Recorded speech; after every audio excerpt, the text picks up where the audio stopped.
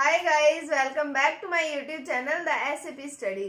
हम पढ़ रहे थे प्रजामंडल आंदोलन के बारे में, जिसमें हमने कल भरतपुर प्रजामंडल कंप्लीट कर लिया था। आज हम कुछ अन्य छोटे छोटे प्रजामंडलों के बारे में पढ़ते हैं। चलिए शुरू करते हैं।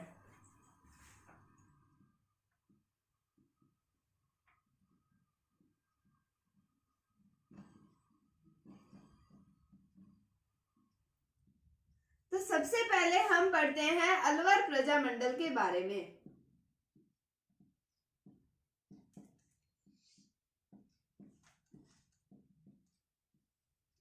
तो हम बात करें 1921 ईस्वी की। 1921 ईस्वी में अलवर सरकार ने किसानों को जंगली सुअरों को मारने से मना कर दिया था, उन पर रोक लगा दी थी। ये तो काम हो गया 1921 में, जिससे जो किसान थे उनमें आक्रोश उत्पन्न था। फिर बात करें कि ब्रिटिश सरकार ने अलवर का जो राजा था, जैसे हमने भरतपुर में पढ़ा था कि भरतपुर के जो राजा थे वो जो जनता थे वो चाहते थे कि वो उत्तरदायी शासन की स्थापना हो वहां पर। वैसे ही अलवर के अंदर जो शासक थे वो थे जय सिंह। तो वो भी चाहते थे कि यहाँ पर उत्तरदायी शासन की स्थापना हो, लेकिन जो ब्रिटिश सरकार थी उसने ये जो राजा है जय सिंह, इनको हटा दिया था इनके पद से और उनके स्थान पर बिठा दिया था तेज सिंह को। इसके कारण भी जनता में आक्रोश उत्पन्न था। तो ये दो कारण हो गए जिससे जनता ने किया आंदोलन और प्रजामंडल की स्थापना हो गई। तो अब हम पहले देखते हैं कि बात की हमने 1921 ईस्वी की। 1921 ईस्वी में सरकार ने किसानों को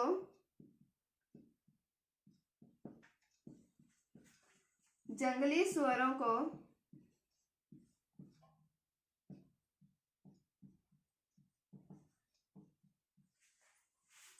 मारने से रोक दिया। फिर हमने बात की कि ब्रिटिश सरकार ने वहां के शासक जो थे जय सिंह, इनको निष्कासित कर दिया था, वहां से राज्य से निष्कासित कर दिया था और उनके स्थान पर बिठा दिया था तेज सिंह को। तो ये बात आती है 22 मई 1933 ईस्वी की। तो हम बात करें 22 मई 1933 ईस्वी को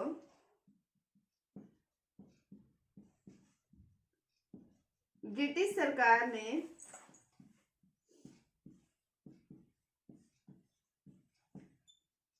अलवर नरेश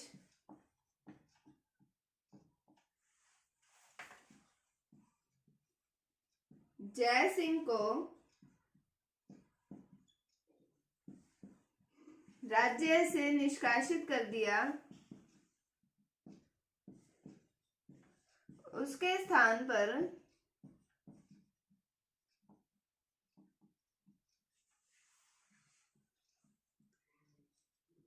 तेज सिंह को गद्दी पर बिठा दिया।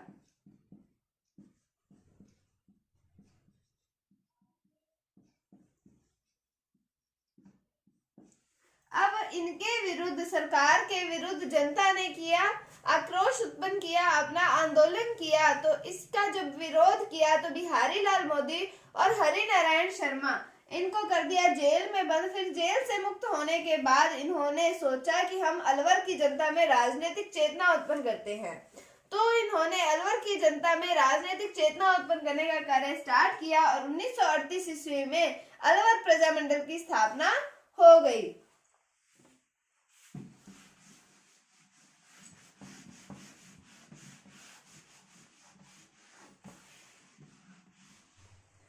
तो हम बात करते हैं कि विरोध करने पर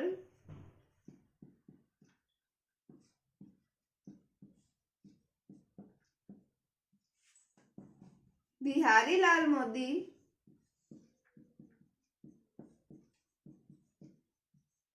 व हरि नारायण शर्मा को जेल में बंद कर दिया।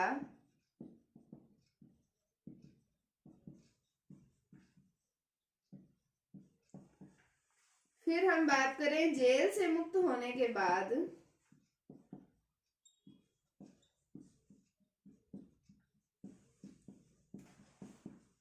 दोनों ने ही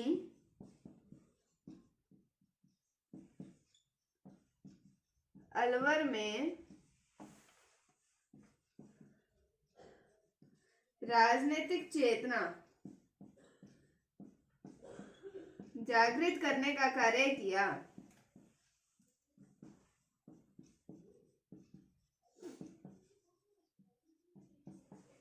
तो हमने बात की कि इनका विरोध करने पर, किसका विरोध करने पर? सरकार का विरोध करने पर बिहारी लाल मोदी और एक और व्यक्ति कौन है? हरि नारायण शर्मा। इनको जेल में बंद कर दिया और जेल से मुक्त होने पर दोनों ने ही अलवर में राजनीतिक चेतना जागृत करने का कार्य कर दिया। और राजनीतिक चेतना जागृत करनी है तो होगी प्रजामंडल की स्थापना। तो अब हम बात करते हैं अलवर प्रजामंडल की स्थापना के बारे में।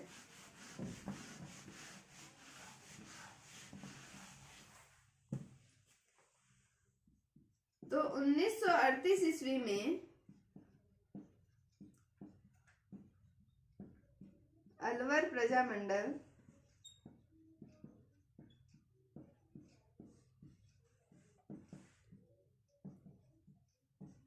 की स्थापना होती है। और अलवर प्रजामंडल के प्रथम अधिवेशन की बात करें तो इसका प्रथम अधिवेशन हुआ था 1944 ईस्वी में। और उसकी अध्यक्षता किसने की थी?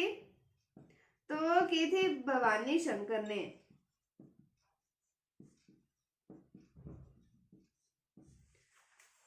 तो 1938 ईस्वी में अलवर प्रजामंडल की स्थापना हो गई थी और इसका प्रथम अधिवेशन हुआ 1944 ईस्वी में, और जिसकी अध्यक्षता की गई भवानी शंकर के द्वारा।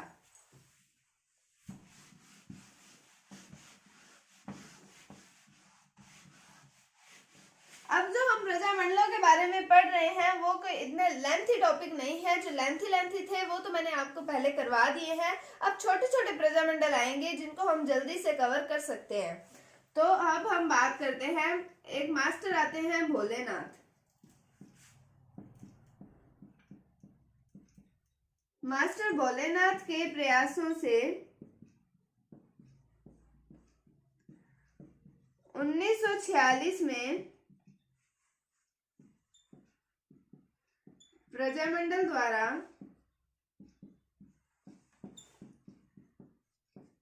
गैर जिम्मेदार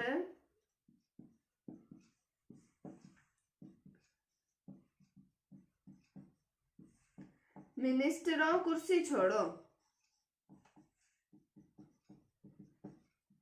आंदोलन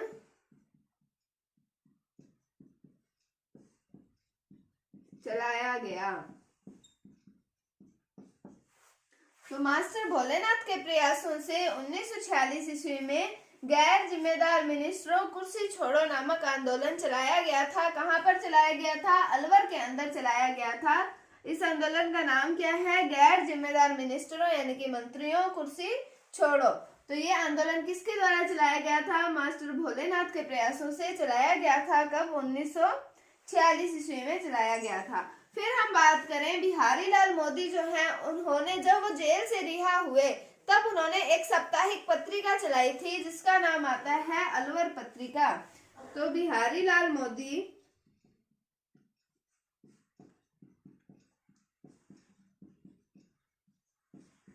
ने अलवर पत्रिका नामक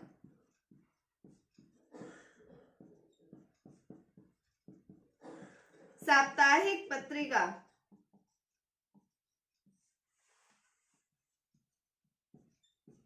का संपादन किया।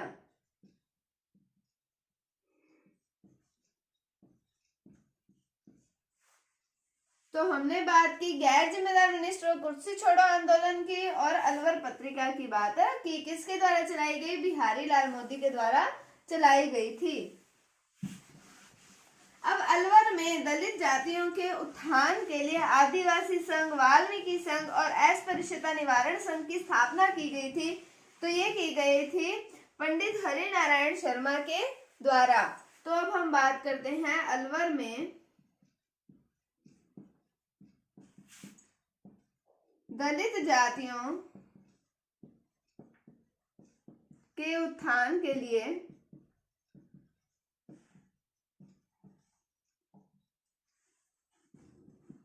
हरि नारायण शर्मा द्वारा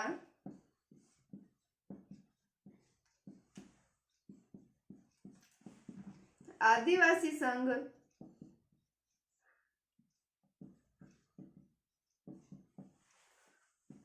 वाल्मीकि संघ व अस्पृश्यता निवारण संघ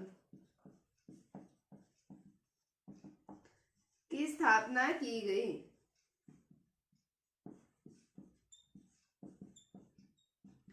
तो अलवर में दलित जातियों के उत्थान के लिए हरि नारायण शर्मा के द्वारा आदिवासी संघ, वाल्मीकि संघ और अस्पृश्यता निवारण संघ की स्थापना की गई थी। ये सब किसके अंतर्गत आता है? अलवर प्रजामंडल के अंतर्गत आता है। तो ये था अलवर प्रजामंडल के बारे में। अब हम अगला प्रजामंडल देखते हैं जिसका नाम आता है करौली प्रजामंडल।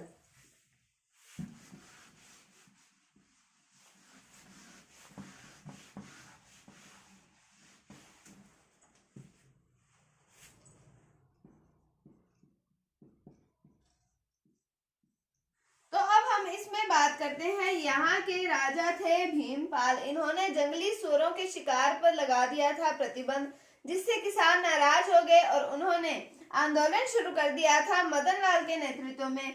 और यहाँ पर फिर प्रजामंडल की स्थापना होती है और मदन लाल के द्वारा भी अनशन किया जाता है अपनी पत्नी के साथ। और प्रेमाश्रम और ब्रह्मचर्य आश्रम नामक संस्थाओं का उनकी शुरुआत की जाती है। संस्थाएं चलाई जाती हैं। किसके द्वारा चलाई जाती हैं? मदन सिंह के द्वारा। और 1939 ईस्वी में करौली प्रजामंडल की शुरुआत की जाती है। मुंशी त्रिलोक चंद माथुर के द्वारा इसकी स्थापना की जाती है और इनकी मृत्यु के बाद अध्यक्षता की जाती है चिरंजी लाल शर्मा के द्वारा 1945 ईस्वी में। तो इतना सा ही है करौली प्रजामंडल के बारे में। तो हम देखते हैं, पहले हमने बात की राजा भीमपाल की। तो राजा भीमपाल ने जंगली सूअरों के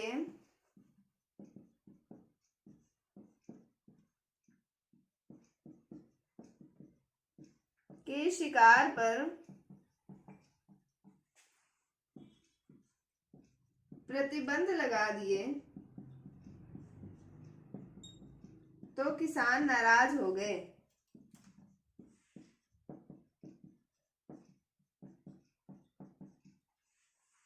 फिर किसानों ने 1921 में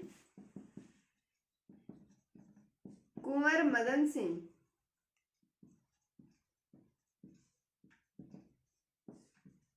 के नेतृत्व में आंदोलन प्रारंभ किया।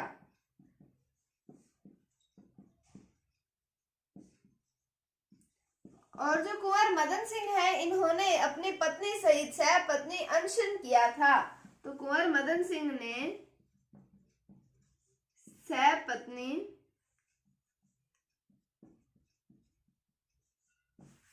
अनशन किया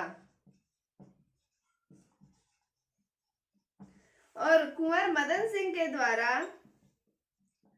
ब्रह्मचर्य आश्रम और प्रेम आश्रम नामक संस्थाएं चलाई गई। इनकी स्थापना की गई थी। किनके द्वारा की गई? कुंवर मदन सिंह के द्वारा। उसके बाद में हम बात करें 1939 ईस्वी में करौली प्रजामंडल की स्थापना होती है और ये स्थापना की जाती है मुंशी त्रिलोक चंद माथुर के द्वारा। और इनकी मृत्यु के बाद 1945 में इसके अध्यक्ष बनते हैं चिरंजी लाल शर्मा।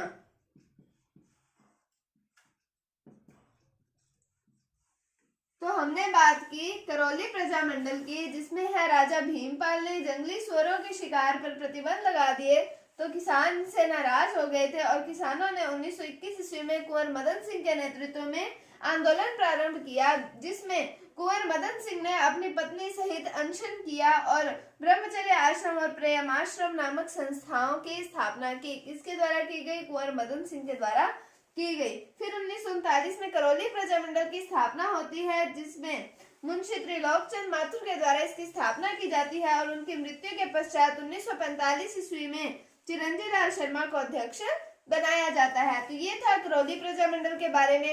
अगला हम पढ़ते हैं डूंगरपुर प्रजामंडल के बारे में।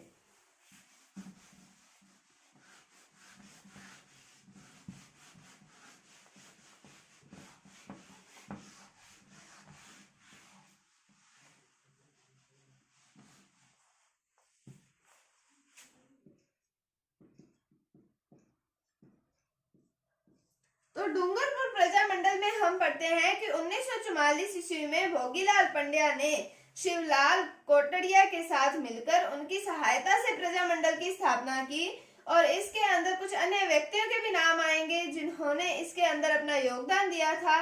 और इसके दौरान, इस प्रजामंडल के दौरान जो भोगीलाल पंड्या थे उन्होंने सेवा संघ के माध्यम से डूंगरपुर रियासत में शिक्षा का प्रचार प्रसार किया था। और फिर हम भोगीलाल पंड्या के बारे में ही इसमें और पढ़ते हैं कि उन्होंने डूंगरपुर में बागड़ सेवा मंदिर संस्था की स्थापना की और इस दौरान माणिक्यलाल वर्मा द्वारा डूंगरपुर में खांडलाई आश्रम की स्थापना की गई थी। तो हम बात करते हैं पहले 1944 ईस्वी की। 1944 ईस्वी के अंदर बात करते हैं हम भोगीलाल पंड्या। इन्होंने किसके साथ में, शिवलाल कोटड़िया के साथ या कोटड़िया की सहायता से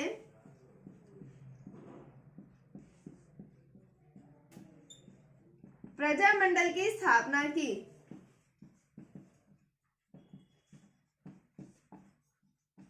अब हम इस प्रजामंडल के कुछ अन्य सदस्य देखते हैं जिन्होंने अपना योगदान दिया था।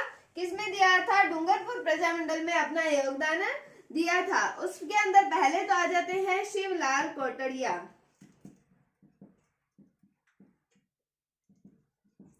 फिर हम बात करें हरिदेव जोशी, फिर गौरी शंकर आचार्य। इनके प्रयत्नों से ये जो डूंगरपुर प्रजामंडल है इसकी स्थापना की गई। 1944 में भोगीलाल पंड्या ने शिवलाल कोटड़िया की सहायता से इस प्रजामंडल की स्थापना की और अन्य सदस्यों में हमने पढ़ा शिवलाल कोटड़िया, जो हमने यहाँ पर भी पढ़ लिया है, हरिदेव जोशी और गौरी शंकर आचार्य। ये आते हैं इसके अन्य सदस्य जिनके प्रयत्नों से, जिनकी सहायता से इस प्रजामंडल की स्थापना हुई थी। उसके बाद में हमने जो भोगीलाल पंड्या है इनके सेवा संघ के बारे में पढ़ा, जिसके माध्यम से इन्होंने डूंगरपुर में शिक्षा का प्रचार प्रसार किया था। तो हम बात करते हैं इस प्रजामंडल के दौरान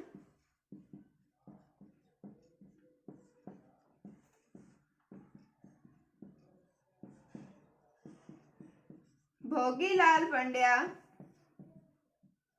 ने सेवा संघ के माध्यम से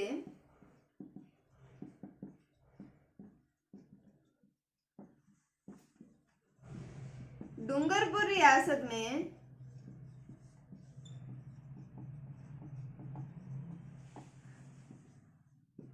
शिक्षा का प्रचार प्रसार किया। फिर हम इनकी ही बात करते हैं कि भोगीलाल पंड्या ने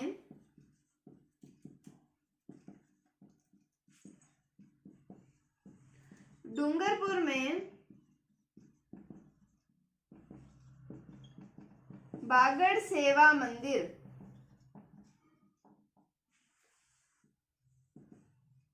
संस्था की स्थापना की।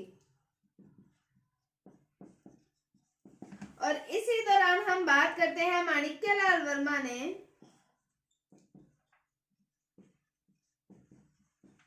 डूंगरपुर में खांडलाई आश्रम की स्थापना की।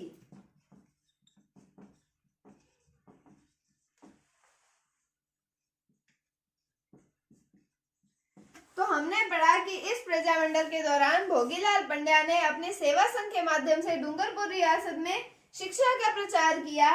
फिर हमने भोगीलाल पंड्या ने डूंगरपुर में वागड़ सेवा मंदिर संस्था की स्थापना की और माणिक्यलाल वर्मा ने इसी प्रजामंडल के दौरान डूंगरपुर में खांडलाई आश्रम की स्थापना भी की थी। तो ये था डूंगरपुर प्रजामंडल के बारे में। अब हम आगे बढ़ते हैं बांसवाड़ा प्रजामंडल के बारे में।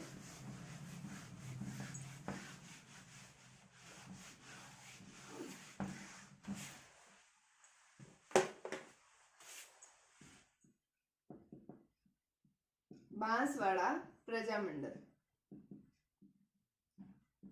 ये जो प्रजामंडल, अब 2-3 प्रजामंडल हम पढ़ेंगे वो बहुत ही छोटे छोटे प्रजामंडल आएंगे, बस हमें उनकी स्थापना के बारे में ही पता होना चाहिए, ये कुछ ज्यादा इंपॉर्टेंट नहीं आते हैं। तो हम बात करते हैं 1943 ईस्वी की। 1943 ईस्वी में धूलजी भाई भूपेंद्र नाथ त्रिवेदी व माणी शंकर जानी के द्वारा बांसवाड़ा प्रजामंडल की स्थापना की गई।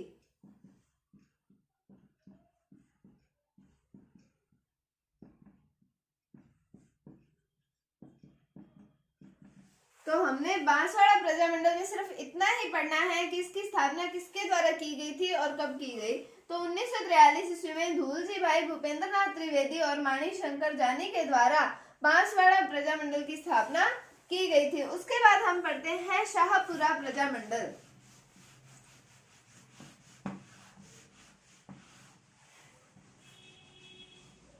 आई होप कि आपको ये टॉपिक समझ आ रहा होगा। तो शाहपुरा प्रजामंडल में हम बात करते हैं 1938 में। ये माणिक्यलाल वर्मा की प्रेरणा से इस प्रजामंडल की स्थापना हुई थी और की किसके द्वारा की गई थी? रमेश चंद्र व्यास और लादूराम व्यास के द्वारा इसकी स्थापना की गई थी। तो 1938 में माणिक्यलाल वर्मा की प्रेरणा से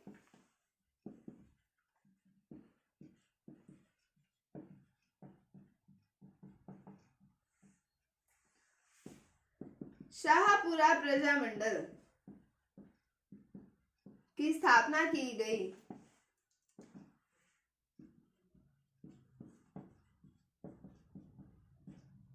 और ये स्थापना किसके द्वारा की गई थी? एक तो मैंने आपको बताया रमेश चंद्र व्यास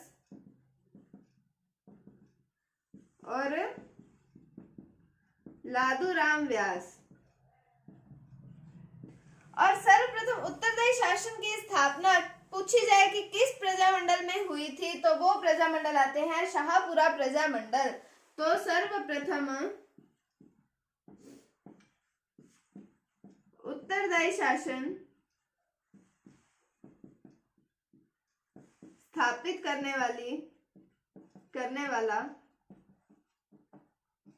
प्रजामंडल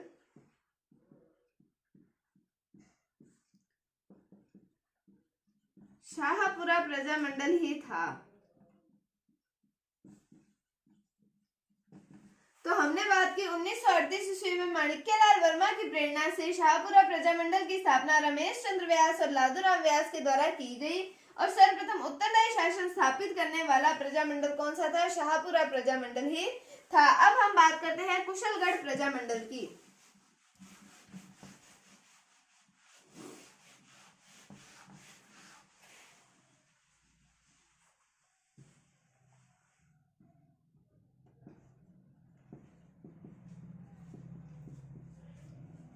तो कुशलगढ़ प्रजामंडल की स्थापना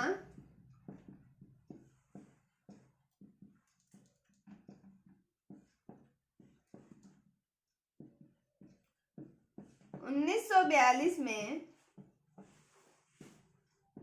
भंवरलाल निगम व कन्हैयालाल द्वारा की गई।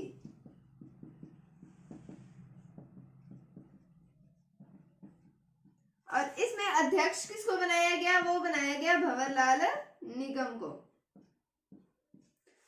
तो कुशलगढ़ प्रजामंडल की स्थापना 1942 ईस्वी में भंवरलाल निगम व कन्हैयालाल के द्वारा की गई थी, जिसमें अध्यक्ष किसको बनाया गया था? भंवरलाल निगम को। तो ये आज हमने कुछ प्रजामंडलों के बारे में पढ़ा। कल हम इस प्रजामंडल आंदोलन टॉपिक को कंप्लीट कर देंगे। उम्मीद है आपको ये टॉपिक समझ आया होगा। अगर आपको इसमें कोई भी डाउट है तो आप कमेंट सेक्शन में पूछ सकते हैं। अगर आपको वीडियो थोड़ी सी भी अच्छी लगी है तो इसे लाइक कीजिए, शेयर कीजिए और चैनल पर नए हैं तो इसे सब्सक्राइब जरूर कीजिए। Thank you, thanks for watching, bye bye.